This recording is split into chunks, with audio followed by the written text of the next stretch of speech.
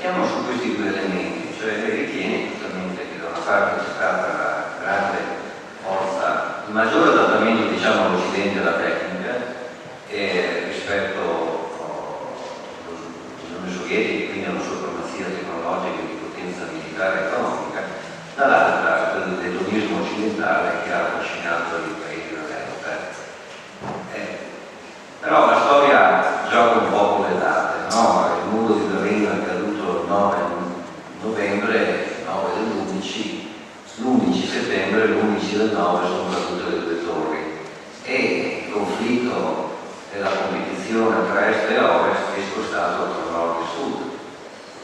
E in questo momento, forse perché lo vediamo, ma la mia impressione è che mentre prima non c'era il conflitto tra est e ovest, sapevamo che comunque la guerra era impossibile perché poteva comportare una distruzione dell'intero pianeta, oggi temiamo molto di più il conflitto tra nord e sud, pur essendo decisamente ancora superiori dell'Unione Sovietica riguardo alla forza militare, economica e alla tecnologia, abbiamo in realtà più paura dell'Islam. Abbiamo oggi più paura dell'Islam integralista e dell'Unione Sovietica. Per quale motivo secondo me?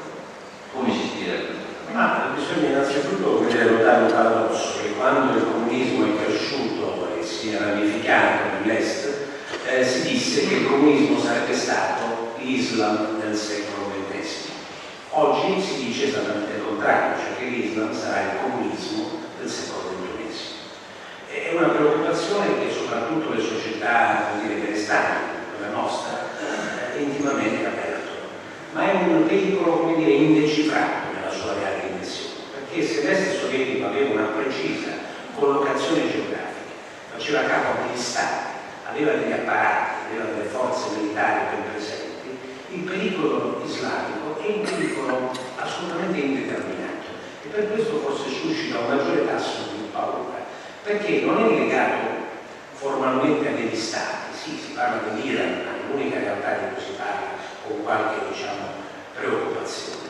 Si parla del terrorismo, ma è un fenomeno che è stato, pure devastante, ma è stato più un pericolo annunciato. Poi la sindrome, la psicosi del terrorismo è stata infinitamente maggiore rispetto agli stessi danni pur cospicui che il terrorismo islamico ha fatto.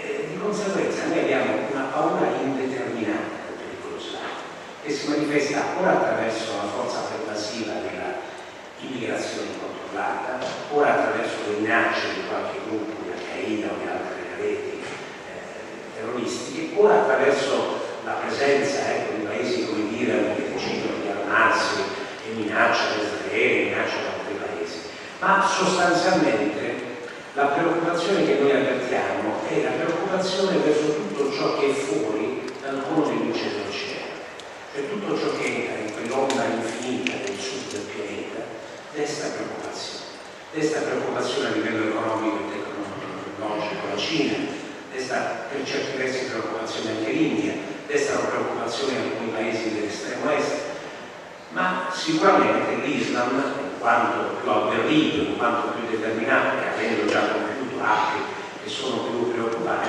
produce paura, produce insicurezza. Io credo che la nostra insicurezza occidentale sia più, un fatto interno, endogeno, che un fatto esogeno. Cioè credo che dipenda più dalla nostra incertezza. Cioè noi abbiamo un'incertezza relativamente alla nostra vita, ai nostri valori, abbiamo paura, abbiamo una fragilità psicologica a livello di popoli e di stati che è impressionante e di conseguenza cerchiamo luoghi, riferimenti, soggetti che possono dar corpo a questa paura. Ecco, credo che l'Islam sia soprattutto questo, cioè il corpo della nostra paura, che in parte corrisponde a una realtà, ma in larga parte corrisponde più che altro a una nostra insicurezza, cioè l'insicurezza di non avere più, un nemico preciso e liberamente definito. È quello che avvertì Roma quando Cartagine fu distrutta, la sindrome di Cartagine. Cioè quando si perde il nemico localizzato e preciso, è come se il nemico entrasse dentro la propria civiltà.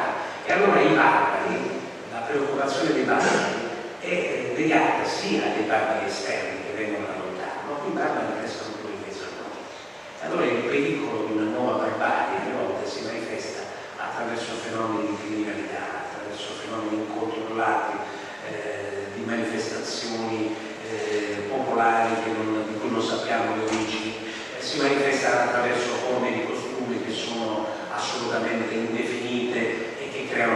disoccupazione si manifesta attraverso le migrazioni clandestine e tanti fenomeni interni, endogeni.